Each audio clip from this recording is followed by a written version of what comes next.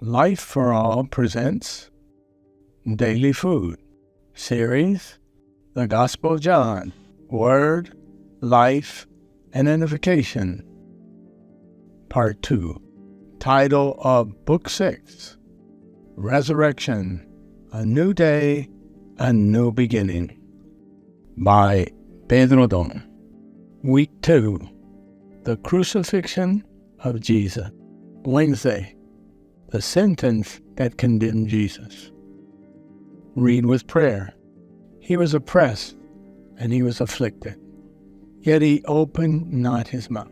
He was led as a lamb to the slaughter, as a sheep before its shearers is silent. So he opened not his mouth. Isaiah chapter 53, verse 7. Jesus was condemned for being the King of the Jews. This was the pretext used to justify all the mockery, irony, and physical aggression against him.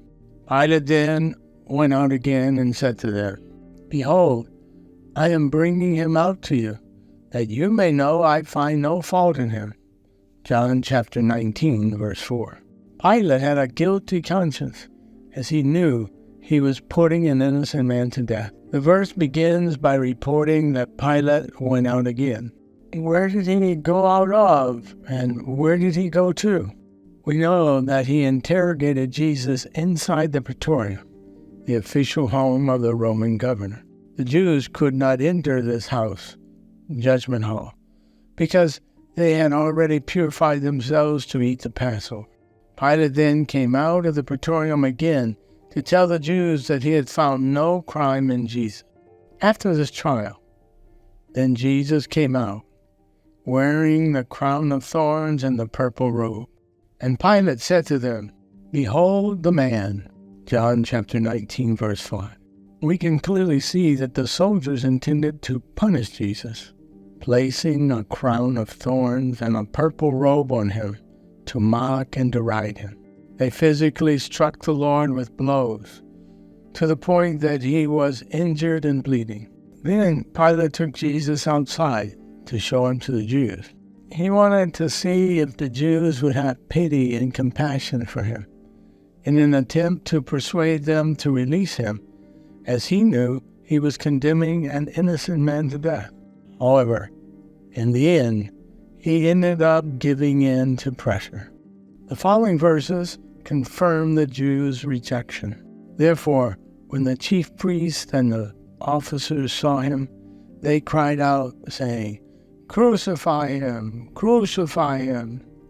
Pilate said to them, "You take him and crucify him. I find no fault in him."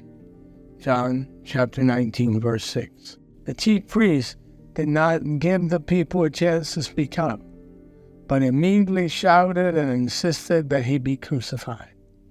The Jews answered him, "We have a law, and according to our law, he ought to die, because he made himself the Son of God." Verse 7. It seems that they ignored that the Scripture said that the Messiah would be the Son of the Most High. They did not bother to check whether he really was the Christ who would come, and lightly condemned him for his claim to be the Son of God. This attitude of the Jews was so vehement that it left Pilate frightened, as he knew that they were condemning Jesus because he had declared himself Son of God.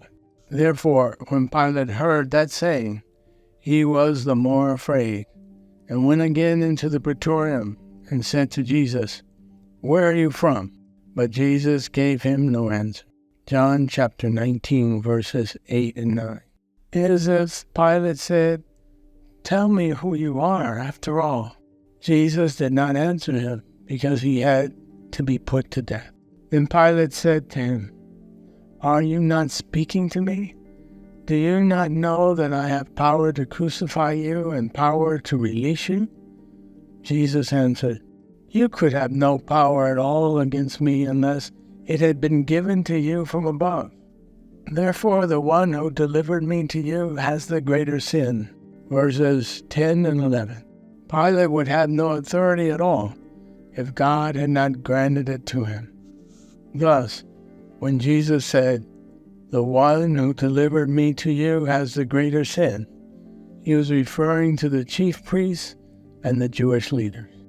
When someone harms the Lord and his work, they seemingly go unpunished for a time being.